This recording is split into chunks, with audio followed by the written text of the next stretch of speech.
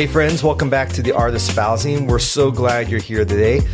Lisa, how you doing? Can you believe it's 2026 already? I know. I'm actually pretty excited about this year. I think it's going to be a great year for us, great for our listeners, and marriage is going to be fantastic this year. That's right. That's right. Yeah. If you are new or newer to the show, we want you to know that the reason we do this podcast is because we believe that every marriage can move from mundane to masterpiece. But we know personally that a work of art doesn't just appear. It requires intentionality and practice to be crafted and shaped. So our goal with every episode is to give you tools to practice that will help your relationship not survive, but thrive. That's right. That's right. But we want to take a moment to tell you about something really exciting that's happening. It's brand new. It's called The Collective, and it's officially kicking off this month. And you can still join us as a founding member. So The Collective is our brand new online community designed to help couples build a healthy marriage rhythm throughout the entire year. So we'll have monthly live calls, practical resources, some conversation guides, and maybe some date night ideas throughout the time, and a supportive community of couples who want to grow just like you do. So because we're launching right now, anyone who joins this month gets in as a founding member, which means you'll lock in at a special introductory price. We genuinely believe couples grow best when they grow consistently. And The Collective is really our way of walking with you every step of the way this year. It's fun, it's practical, and honestly, it's one of the things that we're most excited about this year. Yeah, it's going to be energizing. If you want to jump in and join us as founding member, you can get all the details at aos-collective.com. We'd love to see you there in the community. So in our last episode, we talked about why mindset matters so much in marriage, and how a growth mindset versus a fixed mindset can shape the emotional and spiritual atmosphere of our relationships.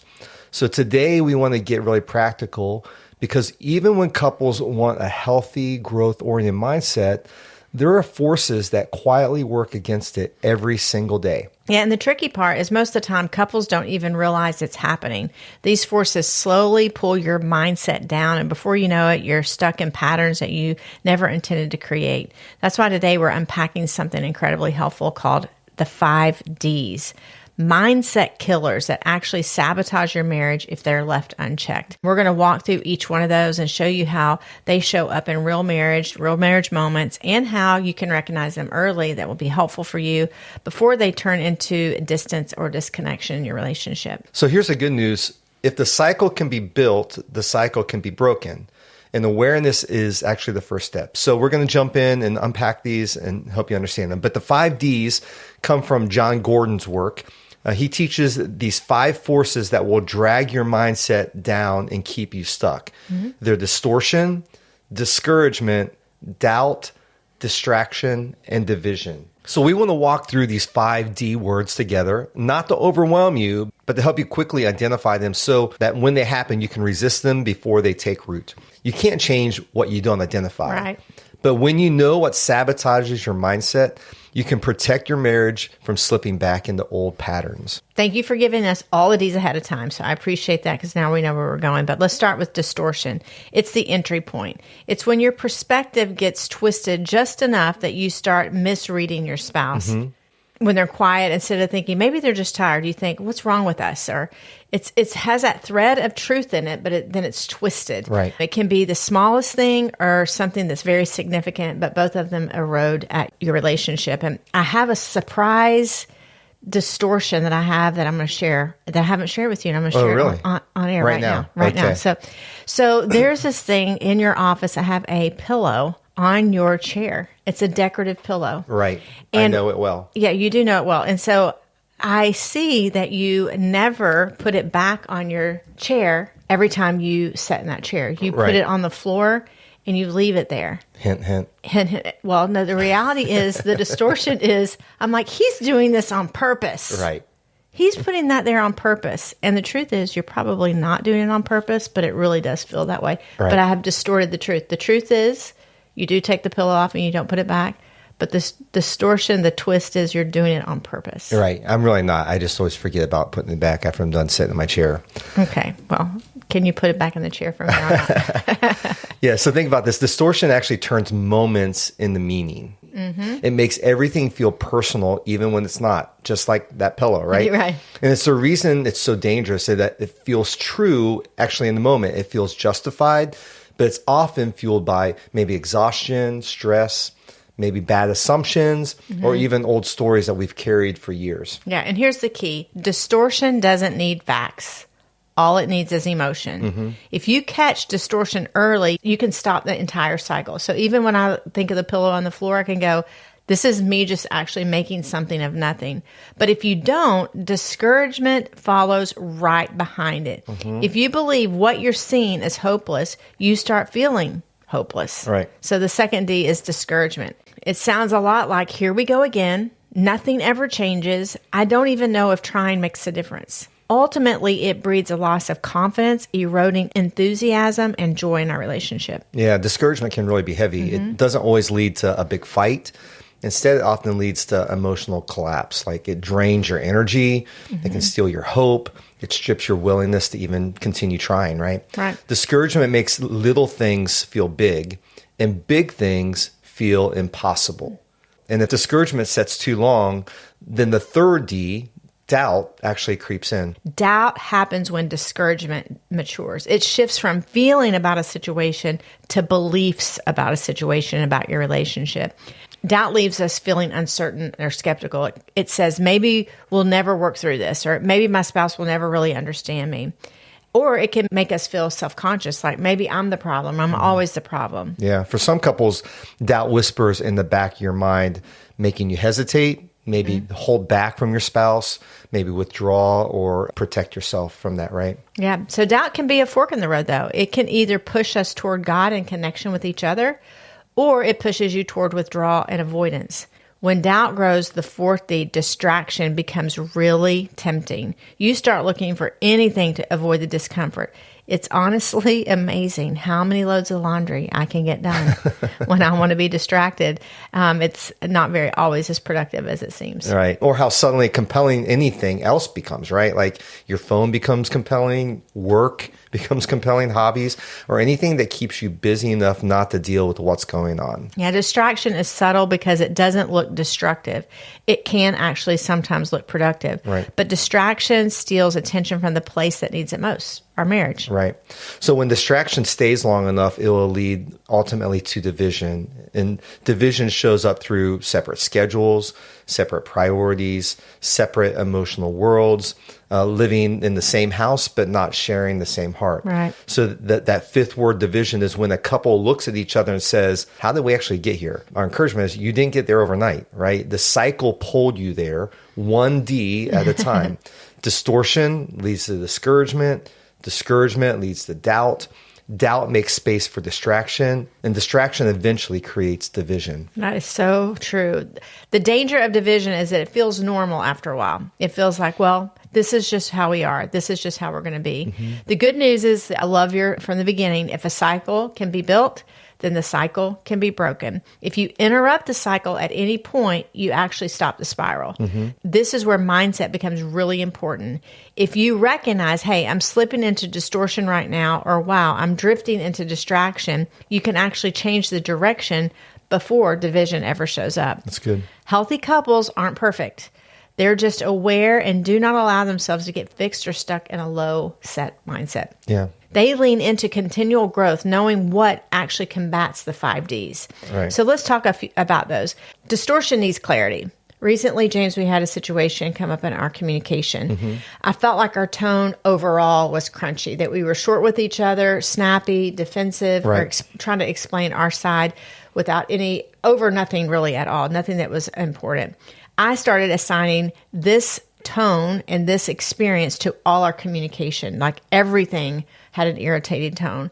The reality is distortion does not need facts. It feeds on feelings. Yeah, and my feelings were feeding this distortion. Because we like to bring clarity to our lives, sometimes we'll even say, hey, we need to diagnose this problem. And in that moment, you were actually able to bring clarity to what has been distorted. Our tone needed attention, but it wasn't as big as my feelings had informed me. Yeah, it's true. Yeah, that's a good point. Yeah. So discouragement needs encouragement. I love what Dr. Maxwell says. Encouragement is oxygen to the soul. Yeah. So this is a time we look for what is great about your marriage or about your spouse, and we speak to those things. I'm not trying to say make up things. I'm saying actually look for true things. This isn't flattery. It's authentic.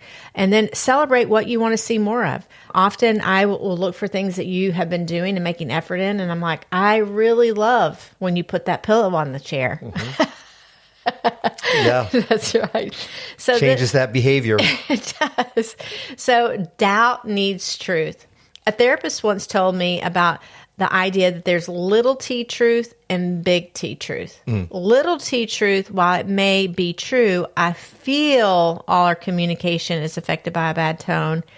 Big T truth is it's not factually the truth. The truth was we had a compressed August through November, and our relationship was impacted by that. It was little t true, but it wasn't big T truth that our whole communication is that way. Yeah, I love that. There's things that are true, but then there's the actual truth. And we need to clarify those things so we don't allow doubt to kind of sneak into our relationship. Correct. If we look at distraction, what distraction needs is actually presence. We need to literally remove distraction and get back to being with one another. In the past, you may have heard us teach on gears. If not, I'll put a link in the show notes, and we have an episode you can go back and get some understanding around that tool. But presence is really a gear 2 and gear 3 priority. We actually need to determine what we need. Do we need, a business meeting to sit down and get clear on, priorities? Or do we need, a date night, some fun together, or simply just time on the back porch with a deck of cards being together, which is what you and I often do nowadays as empty nesters, is we'll in the evenings sit and play cards with one another. You'd be surprised the conversations that come up in a very disarming way that help just fuel your relationship just around a card game or a puzzle or something like that. Yeah. Right. And sometimes when we feel distracted or disconnected, we have to re-up our minutes in the morning. We're not on our phones. We're having time to debrief our day, debrief our week, and have that emotional connection, that presence with one another. Yeah. And then finally, division actually needs unity and connection. Because what the enemy wants to do is divide us, but we actually have to fight for unity. In Psalms, we read that God actually commands his blessing where there's unity. Unity does not happen by chance. It's not just like we're just going to be unified our whole life. It's actually calculated, intentional, and requires full ownership from each of us to do our parts to stay unified. And when we're not, there's going to be distance. There's going to be division. So we need to interrupt the cycle once so we can stop the spiral. So I think one of the most powerful things couples can actually do is once they recognize this cycle of lowering their mindset towards one another, is to make a plan for what will actually lift you up out of that cycle. What resets your mindset. What helps you move from that downward spiral into a healthy, connected place. Because breaking the cycle isn't about stopping the negative. It's about building something positive in its place. And that's where the big word of gratitude is incredibly powerful. Gratitude can actually protect your marriage from this downward spiral of negativity. Right. I like to think of gratitude as the mindset reset button. I like that. If the 5 Ds pull your mindset down, gratitude lifts your mindset up. It shifts your focus. It reopens your heart. It softens the tone of your relationship almost instantly. Yeah. Gratitude positions my perspective. I see this personally. I see the good in you. Right. I recognize your effort. I appreciate what you bring to the marriage. It just shifts my perspective when I start thinking about all the things that you add and I'm grateful for, thankful for in our relationship. And that's so important because gratitude doesn't erase the hard things. I loved what you said. It doesn't erase them, but it does give you the right perspective to face them. Yeah. If you remember from our last episode, we talked about the vulture and the hummingbird, and gratitude is the hummingbird mindset. It's intentionally looking for what brings life instead of what feels dead. And when couples practice intentional gratitude, it actually cuts through all the noise. The Apostle Paul said this. He said, give thanks in all circumstances. He didn't say for all circumstances, but in all circumstances, in all things, right? Yeah. We need to have a gratitude mindset regardless of what's going on in our life. We found that gratitude is so important in our marriage and in married life of other people. We did an entire episode on the lost art of gratitude in marriage in season 3, episode 41. We'll put that in the show notes. We, meaning James, will put that in the show notes. Encourage you to go back and listen to it. But one of the things pointed out there was research from Robert A. Emmons.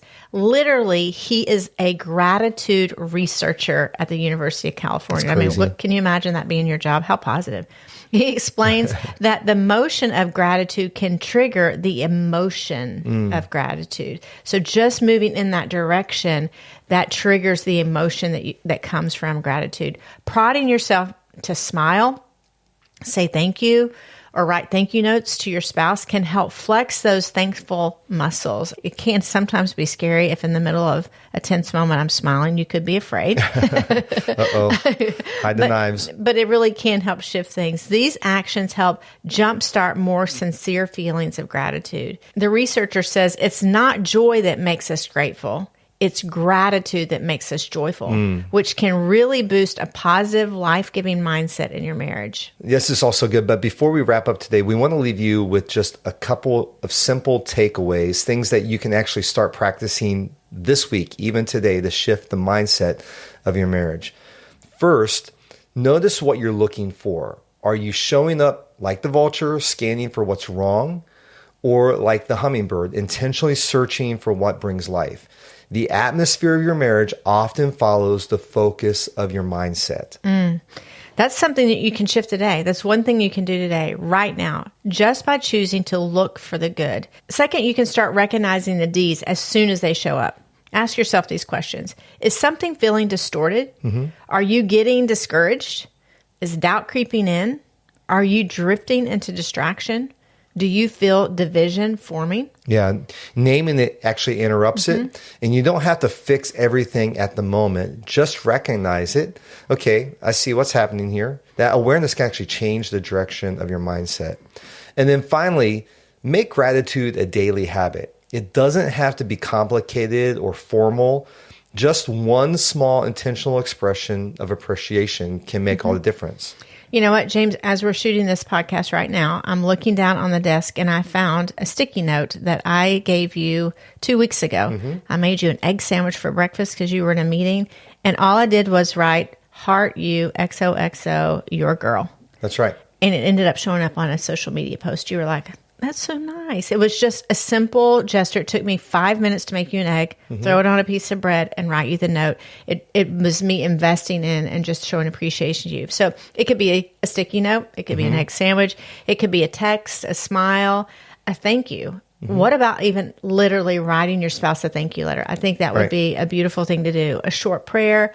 All of this invests in fueling joy into your life and moving in the motion of gratitude, allowing the feelings of emotion of gratitude to come. Yeah, and gratitude compounds, right? Gratitude is a small, smart decision. When we practice it consistently over time, can be incredibly powerful and add so much to our relationship.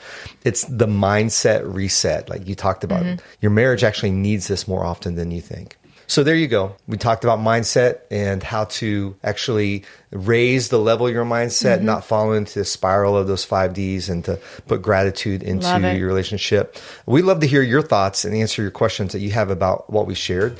You can email us at hello@artespousing.com, or you can direct message us on Instagram @artespousing. Yeah, I love it. If you found this episode helpful, please let your friends know by just sharing it with them. You can also help other people find the podcast by rating the podcast or leaving us a review. And remember, the collective is happening. We're so excited about it. We want you to be a part. You can still join us at the founding member rate. So go to aos-collective.com to join today. Yeah, so have a great week, and we will see you next time on the Art Espousing podcast. Until then, bye-bye.